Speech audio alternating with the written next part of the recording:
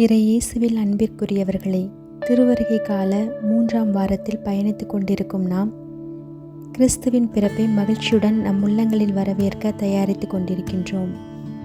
இன்றைய வாசகங்கள் நம்மை இறை திட்டம் எதுவென அறிந்து செயல்பட நமக்கு அழைப்பு விடுக்கின்றது. இன்றைய முதல் வாசகத்தில் எரேமியா இறைவாக்கினர் தனக்கென உரித்தான பாணியில் தாவீதின் குலத்தில் இயேசுவை பிறப்பை தளிர் என்ற வார்த்தையினால் குறிப்பிடுகின்றார்.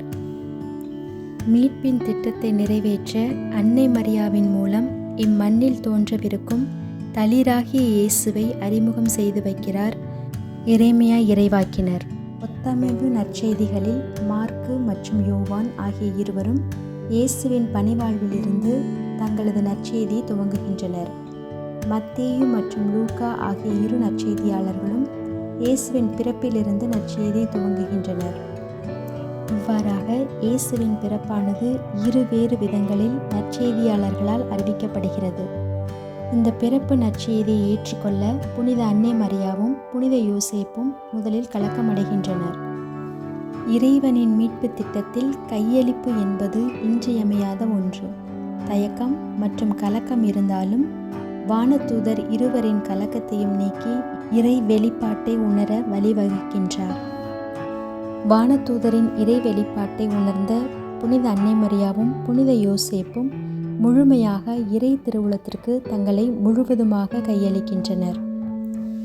நாம் வாழ்ந்து கொண்டிருக்கும் நம் அன்றாட சூழலில் இறை திருவுளம் நமது வாழ்வில் எது என்பதை ஒவ்வொரு நாளும் அறிய முற்படுவோம். நாம் அன்றாட வாழ்வில் பங்கு கொள்ளும் திருப்பலிகள், நாம் செய்யும் நற்செயல்கள், நாம் ஜெபிக்கும் ஜெபங்கள் ஆகிய அனைத்தும் இறை பிள்ளைகளாக நாம் வாழவும் இயேசுவின் பாதையில் பயணிக்கவும் நமக்கு உதவுகின்றது.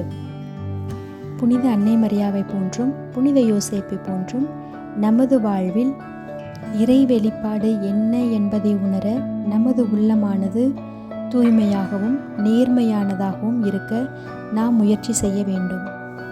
நாம் சந்திக்கின்ற நமது அன்றாட நிகழ்வுகளில் இறைவன் நமக்காக வைத்திருக்கும் இறை திட்டத்திற்கு நம்மை கையளிக்க இன்றைய நாளில் குறிப்பாக இறையருளை வேண்டுவோம்.